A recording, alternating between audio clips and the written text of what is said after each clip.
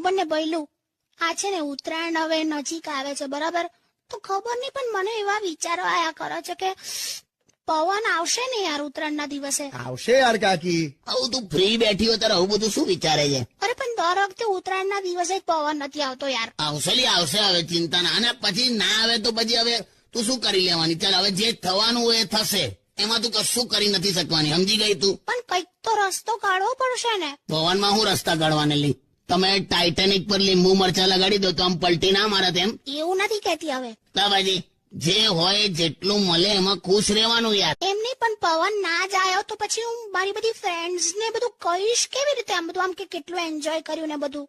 લા યાર જો યાર, હવે તું તારી ફ્રેન્ડ્સ ને શું કહી દે તો હવે હું શું કરું યાર તારું? ના કઈ નહીં, હું છે ને આમ એવું કહી દઈશ કે ઓકે અમારી અગાસીમાં તો બહુ જ પવન હતો. બે ઇન્ડિવિજ્યુઅલ અગાસી પ્રમાણે અલગ અલગ પવન ના આવેલી, આખા એરિયામાં એક હરખો પવન હોય. હાલા નહીં. તું જપને લી, હવે તું ખુશ. જો એક મિનિટ, આ દિવાલ પર શું છે? જો આમ જો ને. હા ક્યાં? આ દિવાલ પર શું છે? ગરોડી છે.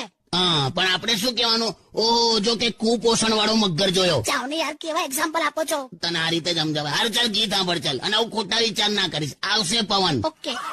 હેલો માય યુટ્યુબ ફેમિલી, કેમ છો બધા? તો તમને મારા લોંગ વિડીયો અને શોર્ટ રીલ્સ ટ્રેન્ડ કેવી લાગે છે? જો સારી લાગતી હોય તો પ્લીઝ લાઈક, શેર અને કોમેન્ટ જરૂર કરજો. અને જે લોકો મારી ચેનલ સાથે નવા છે, જેમને મારી ચેનલને સબસ્ક્રાઇબ નથી કરી, તો પ્લીઝ સબસ્ક્રાઇબ નું બટન દબાવીને પછી જજો.